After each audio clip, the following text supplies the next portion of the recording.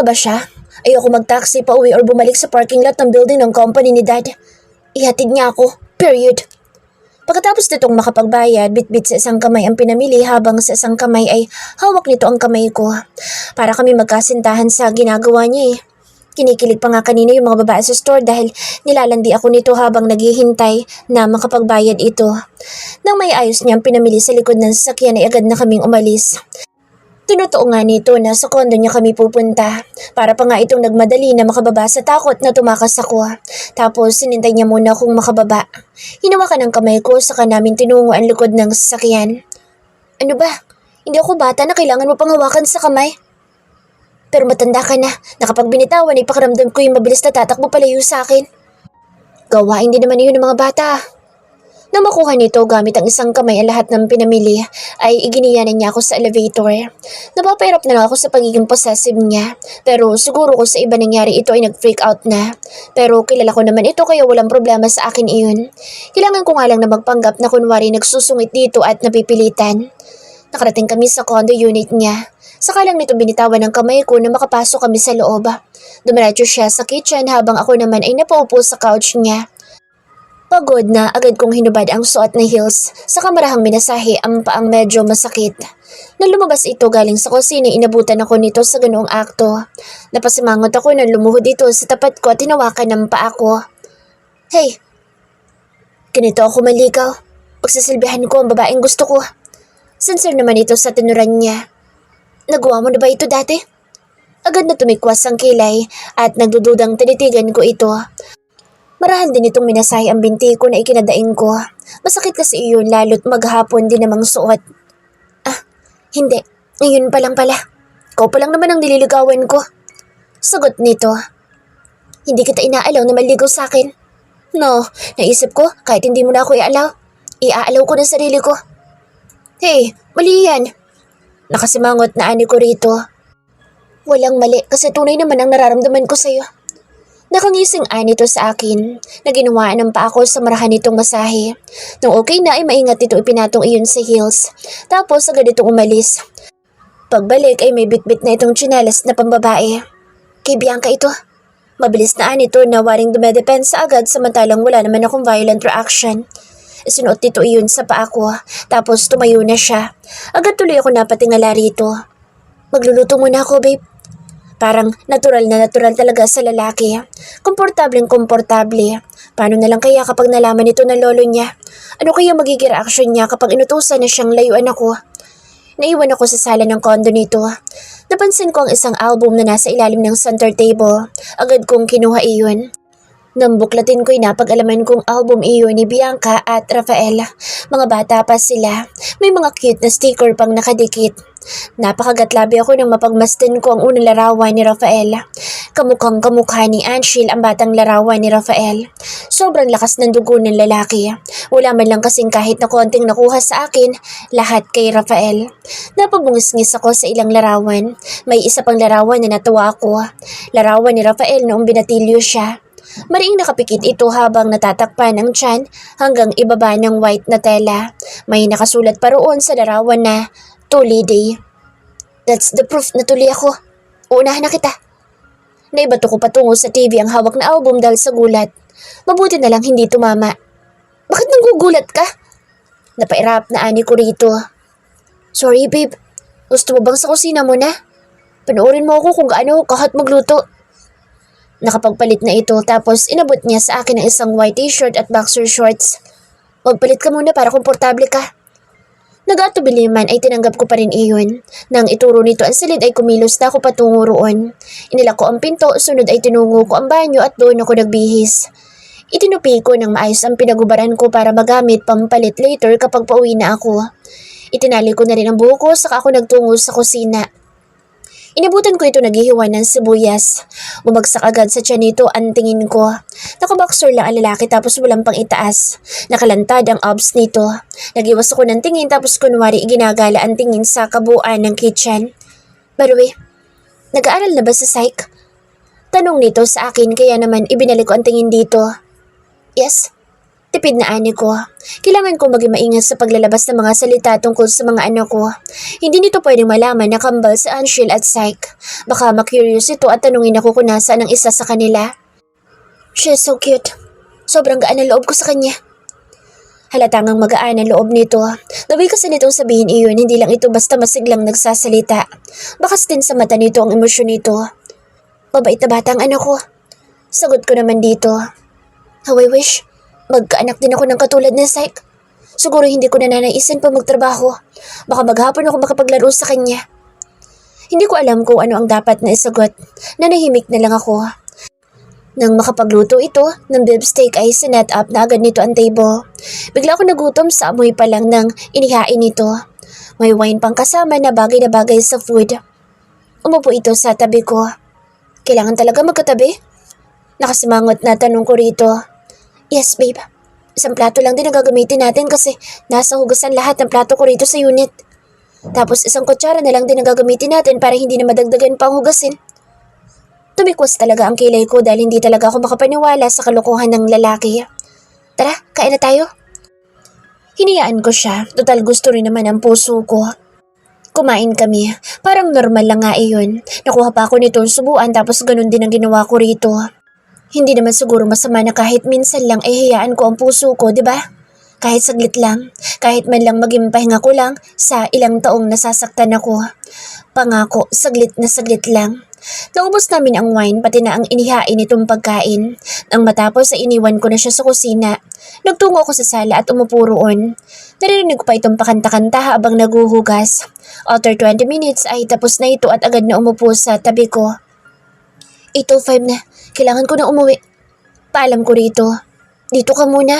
Kahit saglit lang please. Nakikausap na nito. Naitanong kanina nito kung bakit sa kondo ang uwi ko. Nasabi ko rito na isinama nila mommy si Syke. Si Syke lang naman ang kilala nito. No. Mag-isa mo lang din naman ako sa kondo. Stay here. Ako mismo maghahatid sa'yo. Saka nito ginagap ang kamay ko at marahang pinisil. Well, siguro naman pwedeng i-extend kahit konti pa ang sandaling bigay ko sa sarili ko. Nakaupo kami sa couch. Gagap nito ang kamay ko na pinaglalaruan ng isa pang kamay nito. Fit na fit ang kamay mo sa kamay ko. Komento nito habang pinagmamasdan ang kamay namin dalawa. Siguro, mas perfect kung suot mo isang singsing na galing sa akin. Asa? Sagot ko agad dito. Napabungis-ngis ito na waring sa gigil nito'y bigla nilang hinalikan ang kamay ko. Ay, kung alam ko lang nasasaya ko rito sa ibaba, ay hindi ko na sana tinagalan ang pagstay sa bundok. Bundok? Takang ani ko rito. Nagpatayo ako ng mansyon ko sa isang bundok. Nakangising ani to. Akala ko kasi sa bundok ko makikita ang diwata. Hindi pala. Sa mall pala. Tapos sa Alpha's Foodie. Deep inside kinilig ako. Kasi yung diwatang tinutukoy niya ay ako. Nang sulyapan niya ako ay kusang bumaba ang tingin ko sa labi niya. Ganon din naman kasi ang ginawa nito. Bumagsak ang tingin nito sa labi ko. Can I kiss you? Humihingi ng permisong tanong nito sa akin. Ako ito si Gaga, wala sa sariling sumagot naman. Yes. Kusa ako napapikit na lumapat ang labi nito sa akin. Ang marahang paggalaw ng labi nito'y warin tukso para gayahin ko rin ang galaw noon. Napakapit ako sa kanyang balikat. Ang kanang kamay nito ay humawak sa bato ko na waring iginigiya pa akong palapit sa kanya. Ang isang kamay nito'y dumako sa aking bewang at mabilis ang kilos na naiangat niya ako saka pinuupo sa kanyang lap. Ang kaninang mabagal na halikan ay naging mapusok, parehong dalang-dala sa tagpong kasalukuyang nangyayari sa sala. Ramdam ko ang pagkabuhay ng pagkalalaki nito lalo't manipis lang ang suot kong boxer short nito. Nang humawalay ang labi nito sa labi ko'y unti-unting bumababa naman iyon patungo sa aking leeg. Kusa itong huminto. Napadilat din ako at takang napatitig dito. I think we need to stop. Hingal na nito sa akin. Tama siya. Kailangan na naming huminto bago pa kami tuluyang makalimot.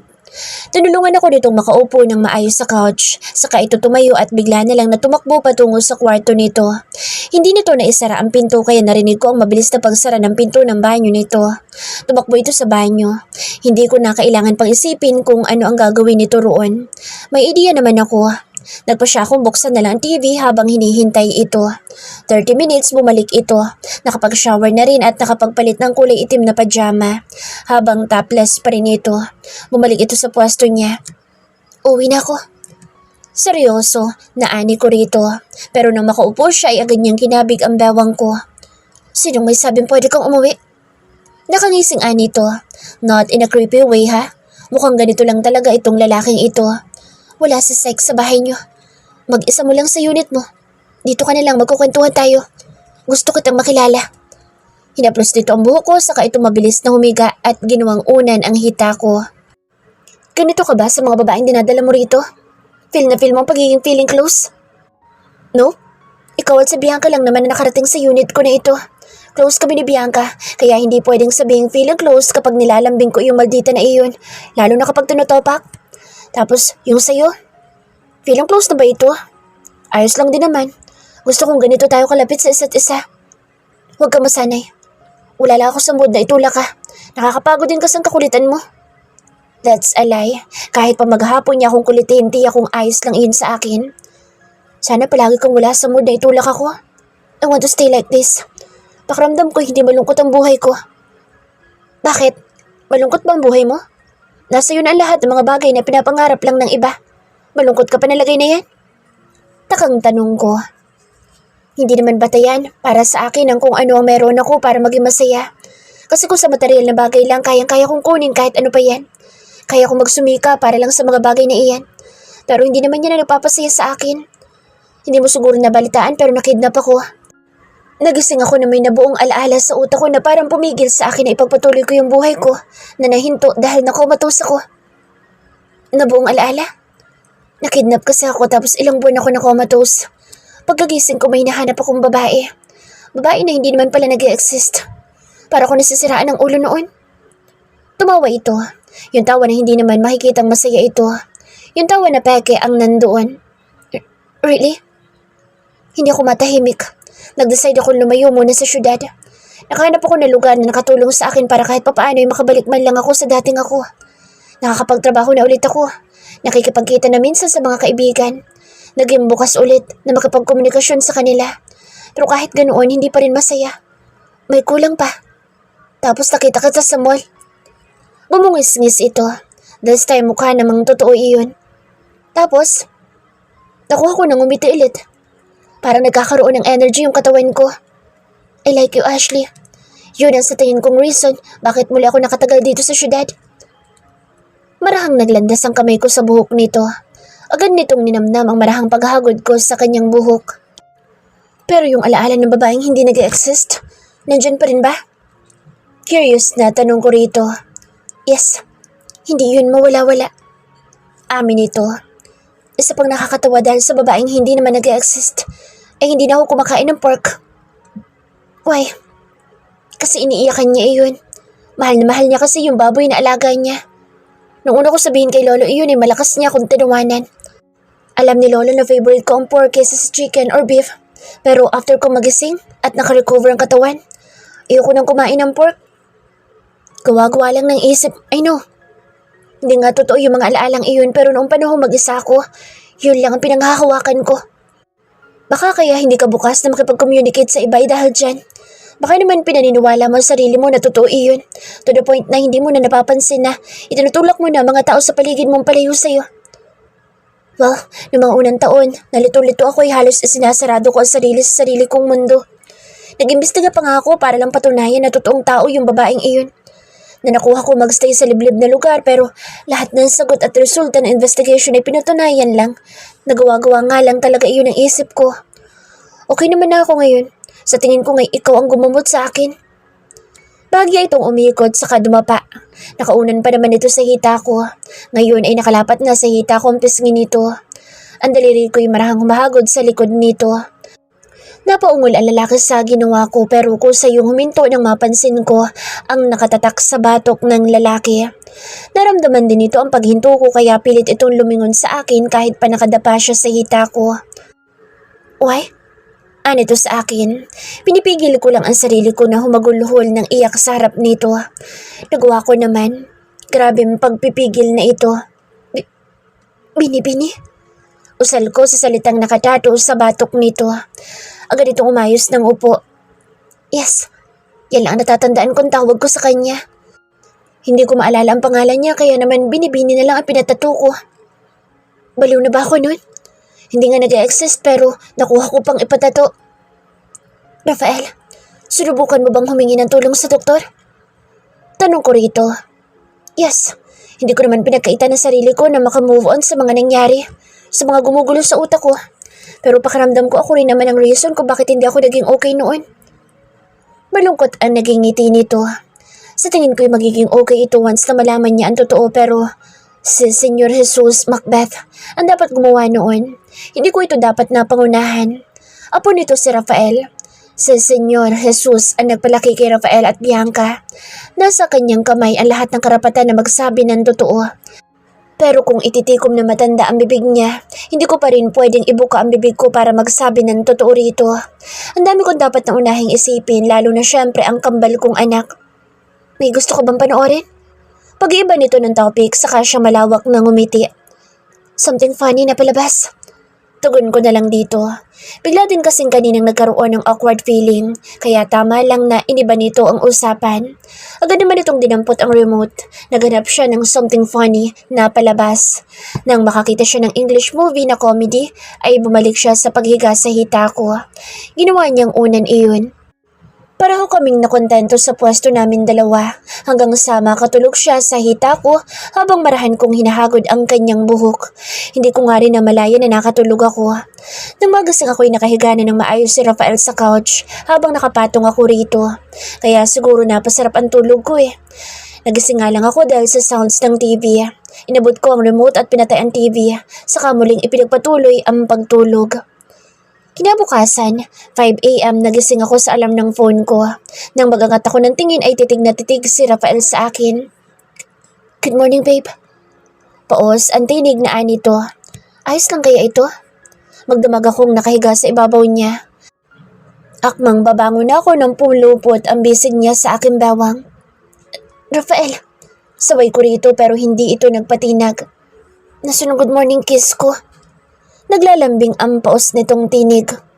Wala. Mahinang parunggit ko rito pero hindi pa rin niya ako pinakawalan. Dito lang tayo hanggat wala ang kiss ko. Rafael, aga-aga yung landi-landi. Pero bakit parang sinasabi ng isip ko na, sige lang, landiin lang niya ako. Parang ang sarap ng panlalandi nito sa umaga. Kiss me. Bumuntong hininga ako. Mukhang wala na akong choice kaya naman mabilis kong inilapat ang labi ko sa labi nito. Pero may ibang balak si Rafael. Agad na kumabig sa bato ko ang kamay nito. Dumiin ang pagkakadikit ng labi naming dalawa. Hindi pa nga kami nag-toothbrush eh. Napakapit ako sa balikat niya. Mabilis na tumugon sa halik nito. I want him. Nararamdaman ko rin na yun din ang gusto nito. Nung mawala siya sa buhay ko, wala naman ako ibang tao pa na hinayaan na gumawa nito sa katawan ko. Si Rafael lang naman ang hinayaan kong humawak sa akin ng ganito. Kahit pa noong ako pa, si Aurora ng bundok nagpili. Si Rafael lang ang binigyan ko ng permiso na hawakan ako. Nang buhatin niya ako papasok ng silid ay wala na akong pagtutol na naramdaman. Rafael, nagugulo ang ani ko nang ipasok ako nito sa banyo. Mag-shower ka na. Ipaghahanda kita ng almusal. Of course, nagulat ako sa sinabi nito. Akala ko itutuloy namin sa silid ang mainit na tagpo na nangyari sa sala pero hindi. Nang mailapag niya ako sa bathtub na walang laman ay bahagya nitong pinisil ang baba ko saka siya lumabas. Pwede na niyang ituloy iyon pero hindi niya ginawa. Yun ang dahilan kung bakit gumuhit ang ngiti sa labi ko nang mag-isa na lang ako. Tsaka kasing kung natuloy iyon ay uusigin ako ng guilt. Wala kaming relasyon. Kung nauwi sa kama nangyari sa sala, tsak na isa iyong pagkakamali. Baka pareho naming pagsisihan. Nang lumabas ako ng banyo ay nakabalot na lang ako ng robe. Humakbang ako sa kama nang may nakita kong paper bag na nakapatong doon. Nang tingnan ko ang laman ay tumambad sa akin ng dress. May underwear na rin doon. Mabilis akong bumalik sa banyo at nagbihis. Sakto lang ang damit sa akin kaya naman lumabas na ako nang matapos sa pag-aayos. Nang magtungo ako sa kusina ay inabutan ko si Rafael na nagluluto. Nakatapis lang ito ng tuwalya at halata namang bagong ligo. Malapit na ito matapos. Magiliw na nito. Saglit na iniwan ang niluluto niya sa dinampot ang baso na may lamang gatas at ipinatong sa table kung saan nakatapat ako. Habang abala si Rafael ay nagpasya kung tawagan si Mommy. Tsak nagising na ito lalo't kasama nito ang mga bata. Mommy? Ani ko agad nang sagutin nito ang tawag ko. Bahagyang napasulyap si Rafael sa akin saka ibinalik din agad ang atensyon sa niluluto niya. Hindi naman ito naririnig ang tugon ni Mommy kaya kampante ako. Good morning, Ashley. Nagbe-breakfast na kami ng daddy mo with the twins. Really? Kamusta naman po? Magilaw na tanong ko sa aking ina. Okay naman. Mamaya may meeting kami sa kumpare ng daddy mo. Isasama namin ang mga bata. Then after that, ipapasyal kami. Kwento nito sa akin. That's good. Sabi ng kasambahay, hindi ka raw umuwi sa bahay. Sa kondo ko umuwi, Mommy. Napatingin tuloy si Rafael sa ginawa kong pagsisinungalin. Ganun ba? Kumain ka na ba? Papasok ka ba today? Sunod-sunod na tanong ng aking ina. Opo, papasok po ako sa work. Magbe-breakfast pa lang po ako.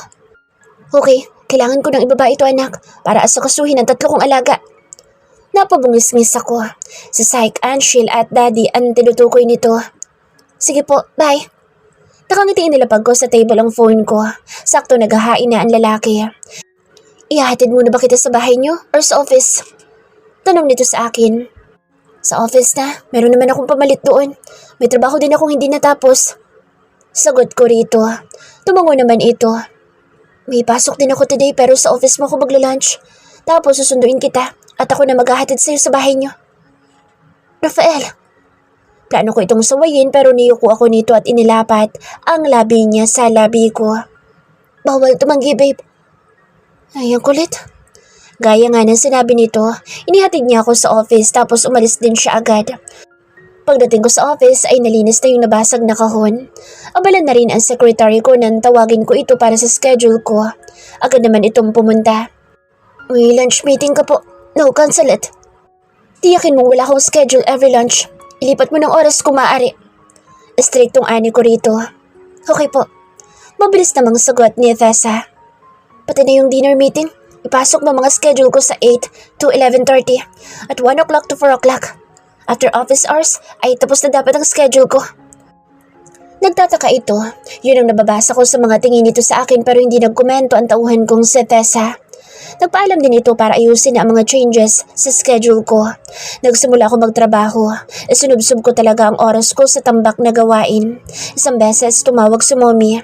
Gusto lang ibalita na nag-nap time na ang kambal tapos ibinabari nito ang tawag. Sunod si Rafael na sinabi lang na dito maglo-lunch. Ipinaalala lang daw niya. Para hindi gaanong halatay blinak ko ang number nito pagkatapos naming mag-usap. May nakalimutan ako sabihin kay Ashley kaya sinubukan ko itong tawagan. Kaso hindi na naman kumonekta ang tawag ko. That girl, akala ko pa naman hindi na ako nito iboblock. Iniwan ko pa naman yung mga extra kong SIM card. No choice, sinintay ko ang lunch break saka ko tinungo ang office nito. Hindi naman malayo mula sa opisina ko kaya naman saglit lang at narating ko na agad. Hindi na rin ako inawat ng secretary niya. Akala talaga'y asawa ko si Ashley. Mukhang itinikom naman ito ang bibig. Siguro iniisip nitong secret wedding ang kasal na naganap sa amin dalawa. Inabutan ko si Ashley nakaupo sa couch. Mukhang umiidlip ito dahil nakahubad na ang heels. Mukhang komportable sa pwesto niya at nakapikit pa. Babe, malambing kong ani. Sinadyang lambingan ang boses. Tsak na mawiwirduhan sa akin na ibang taong makakarinig sa sobrang feeling close ko sa babae. Pero gusto ko itong pakiramdam na ito. Kagabi yun na ata ang pinakamasarap kong tulog sa loob ng ilang taong miserable ako. Dahan-dahan nagmulat ito ng mata saka ito bahagyang ngumiti. Mukhang wala pa siya sa wisyo kaya ang tamis ng ngiti nito sa akin.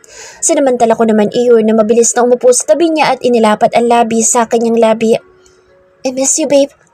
Nagsalubo ang kilay nito na napatitig sa akin. Mukhang nagising na, nalubusan kaya itunulak na niya ako pero at least nakahalik. Napabungis-ngis ako sa ginawa nitong pag-irap. Nagugutom na ako. Parunggit nito na ikinangiti ko. Hinintay mo ako? Umaasang oo ang sagot niya pero hindi ako nito pinansin. Kaya naman iniisip ko na lang din na oo ang sagot niya. May 2 ng plato. Parang inaasahan na talagang darating ako. Well, yun naman kasi ang pinag-iitan ko kanina. As usual, walang pork sa lunch namin ngayon. May dalawa ring kutsara, kaya ibig sabihin lang noon ay hindi ko magagamit ang kutsara niya. Bakit nangingiti ka? Salubong ang kilay na sita nito sa akin. Masaya lang ako. Ngayon lang ata ako na-excite na kumain ng lunch. Walang special sa lunch. Ikaw ang reason kung bakit naging special. Sinserong, sabi ko rito pero parang hindi effective. Hindi ata marunong kiligin ng babae. Nag-search pa naman ako ng pick-up lines tapos nakita ko sa isang article ni Master Bell yung line na iyon.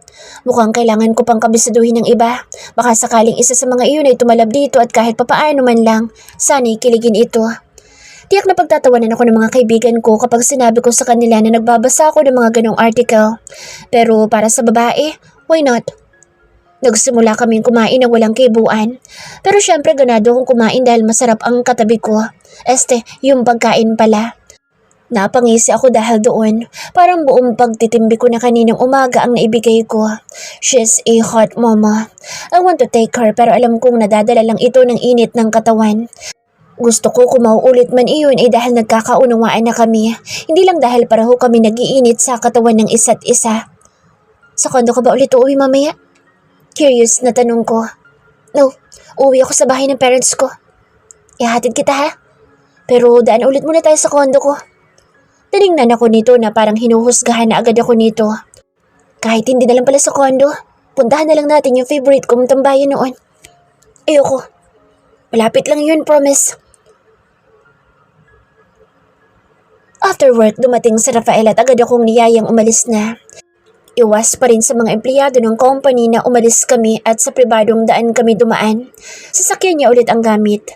Ang sasakyan ko ay iniutos kong iuwi na ng tauhan. Bumili ng pagkain si Rafael sa isang restaurant tapos nagpatuloy ang biyahe namin. Hindi naman kami lumayo ng metro. Yun nga lang 1 oras din ang naging biyahe. Nang marating namin ang favorite tambayan na sinasabi niya, inaunawaan ko agad ang reason. Tanong sa pwestong ito ang buong syudad. Malamig ang hangin na tumatama sa aming balat dahil papadilim na. Matatanaw na ang ilang ilaw. Pero sa tingin ko'y private property ito. This is mine. Nabili ko ang property na ito after ko maaksidente. Ang tahimik dito, no? Nakangiting ani to sa akin. Sakop ng property na itong mansyon ko. May napakaganda kong taniman na ako mismo nagtatanim. Nice. Naglatag ito ng sapin. Handang-handa talaga ang lalaki. Na lumapit ito sa akin ay tinulungan niya akong magtanggal o matanggal ang heels ko. Sa kanya ako binuhat patungo sa sapin at maingat na inilapag doon. Sa property na ito, tayo lang ang tao ngayon. Minsan lang umakyat dito mga tauhan ko.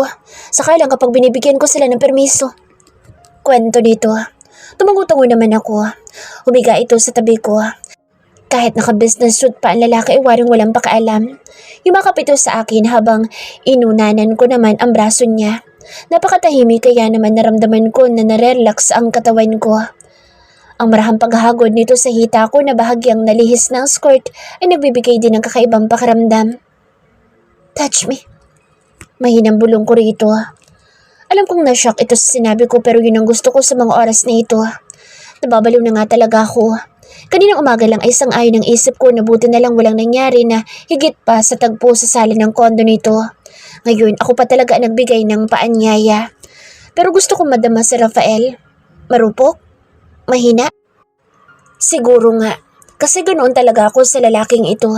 Ganoon yung pagmamahal ko sa kanya. Hanggang ngayon ganoon pa rin. Ang kaninang palad nitong ayoko sanang gawin ito lalo't wala pa tayo sa stage na tayo na talaga. Pero I want you, Ashley. Bulong nito. Mamaya na lang mahabang foreplay.